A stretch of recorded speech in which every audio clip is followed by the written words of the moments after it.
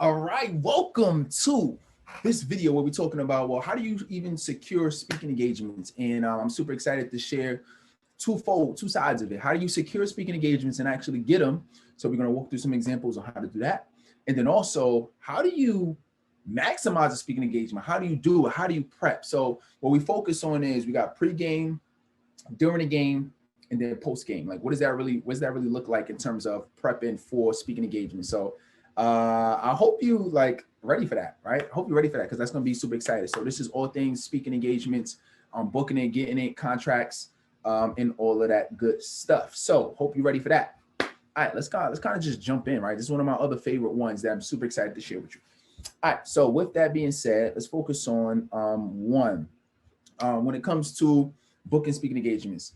The very first things, what's important about this is going to help you with your brand credibility. It's going to help you with you being comfortable in front of people. You might be in a place where you're not really comfortable speaking in front of people.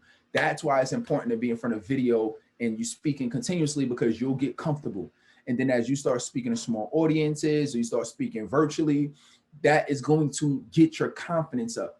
So the only thing I would say in terms of like you getting better at this or you getting more comfortable speaking in front of an audience is going to be 100% on how often you do it. If you only do it once a month or once every other month when you get time or when you feel like it, then it's going to take a longer time for you to get comfortable.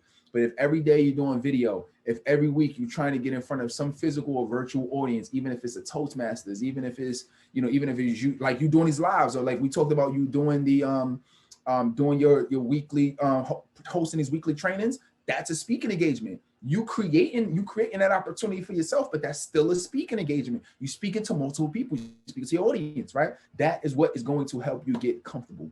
All right. So, and especially you got to get comfortable speaking in front of multiple people because if you have a group program, which even if you're doing one-on-one or you want to, I want you to do group at some point. I'm not saying you got to do it right now, but at some point I want you to do group.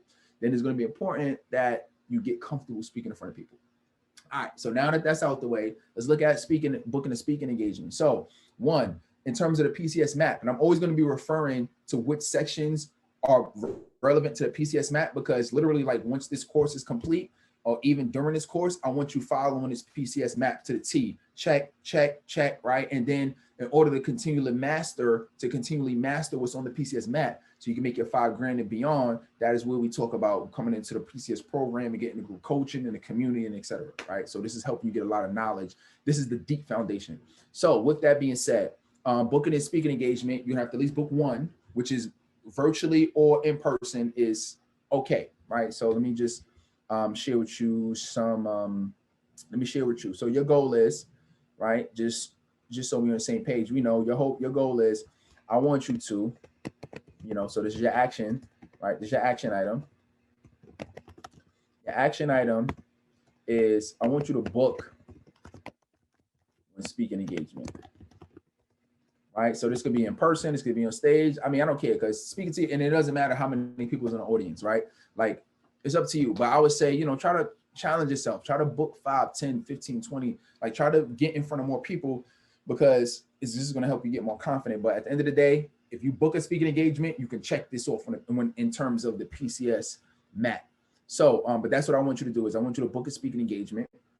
Okay, now, what does it really look like in terms of like how do you do it or like what that really consists of? So I'm gonna show you. It's a couple of different ways that you can book some speaking engagements, and I'm gonna show you that, and I'm kind of just gonna put them all down so we can look at it together, right? So here's some ideas, right? So how you just do the ones that you feel like will work for you, okay? Or maybe you do all of them, or maybe you get some help, right? But number one, or one idea, and at some point I've done all of these, right? So, but it all depends on you, how you want to do it. But number one is meetup.com. Have you ever heard of meetup.com? This is literally where people who have like interests or certain interests, they get together and for a particular genre, category, niche, etc. So what if you worked with women entrepreneurs and you found women entrepreneurs in meetup.com? What would that look like? So you found who you want to speak to, right? Now the question is, how do you reach out? right? So let me see if I can, I'm gonna find some examples of what you can use. Hold on. If you know Coach T, you know Coach is gonna hold you down and try and give you something practical. So I want to pull pull a couple of examples. All right, so let's go to let's see, because I want to find a good one so you can actually know exactly. It's not gonna be no question on how to reach out, right? All right, cool. All right, so I'll just pull one, right? I'll just pull one. So let's go back here. Let's go back here. Oh, okay, this is perfect. Okay, boom. Here we go. So look, I found an example, right? So check this out. I'm gonna share this one with you, and then I'm going to share what it looks like if you're reaching out via Instagram. Because some of these, like if you're going through the website and certain things, like you're gonna have to send them an email. So I'm gonna show you what it looks like sending an email or reaching out through like Eventbrite. And then also I got an example what it looks like if you sending it out through, if you're sending out a message through let's say for like Instagram, right? And I think I should be able to find this message. Should be able to find a message. It's just one that comes to mind that I reached out to previously. Let's see, and I know I should be able to find it. Hold on, because I'm gonna have both of them. Here you go. Boom. I think I found it. All right, cool. All right, so I'm gonna give you two examples. So one, let's go back here.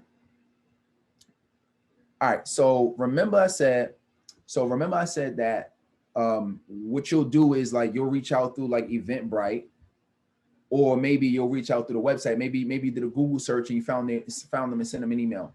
Literally, the email could be as simple as this. It could be as simple as this. Like you don't gotta overcomplicate this, right? But you can do something like this. So what I did was I reached out via Eventbrite, and you know how I said where it said you know, like, so same thing like Meetup, it said like it says contact event organizer, or what, you know how it says the same thing in Meetup? It's the same thing, exact thing in any of these websites, right? It allows you to contact the organizer. So what I did was, and I would do the same thing if I was sending an email, I said, that was like the subject. But what I said was, love this concept. So this was somebody who had an event coming up, right? You could do this for you, right? So I said, love this concept. And as one of the fastest growing millennial business coaches and certified speakers in the tri-state. Let me pause that right there. Why did I say that? Why did I say this? First thing I did was praise. You're going to notice a lot of times when it comes out to reaching out to people you don't previously have a relationship with, it's first thing you want to do is always praise. You're going to notice that. I always do that, right? And the same thing when we're talking about the DM funnel, when there's DM scripts to reach out, same exact thing. Love the concept. But why did I say as the fastest growing millennial business coach and certified speaker in the tri-state? Why did I say that? I said that because this is going to give me credibility. So whatever kind of credibility you have, you don't have to be the fastest growing this or the best at, but you can say, hey, you know, love this concept.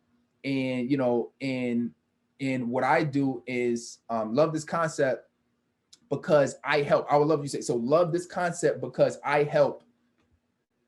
because I help women, you know, because I help women entrepreneurs, ... because I help people with mental health issues, because I help entrepreneurs, because I help fitness, you know, people looking to lose 100 pounds. So you know what I'm saying? So basically what you're doing is you're just positioning yourself.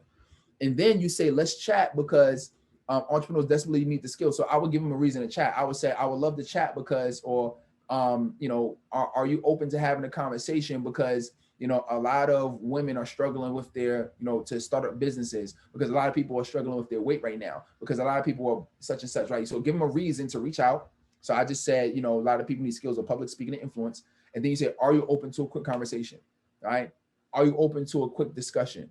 And then basically you're asking them if they're open to the conversation. You don't send them your number. You don't do none of that yet. You want a response.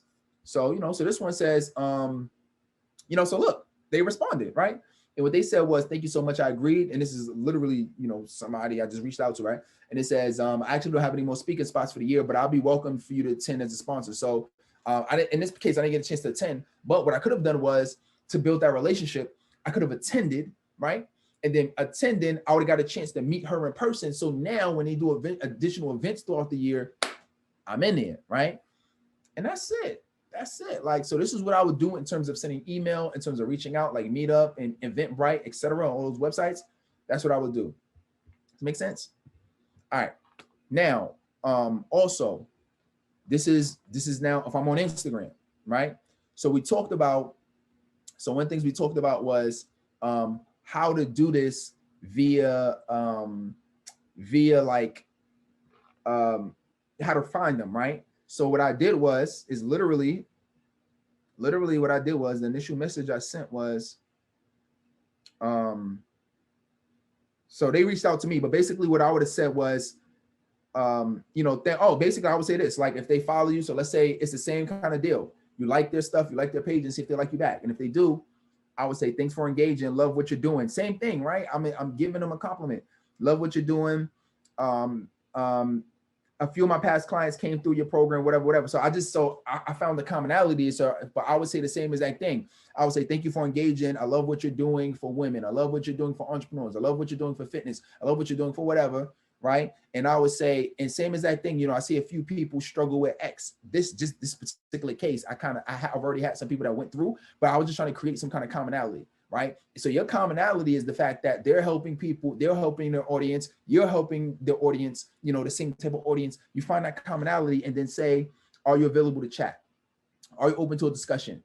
Are you open to a quick conversation? Same thing, and then and same thing. And basically this is just like a timing issue, but with that being said, like that's really what it is. And then you figure it out, right? So you just figure out a time to meet. That's all it is. That's all it is. And you do that over and over and over and over. And you do this again and again and again, right? And then if you do this, you spend 30 minutes to an hour per week doing this stuff, then what do you think is going to happen? You're going to start booking and speaking engagements, right? Even if you do this 30 minutes a day, I'm confident that you can at least book one speaking engagement a week. If you do one speaking engagement a week, how many do you have by the end of the year? Right?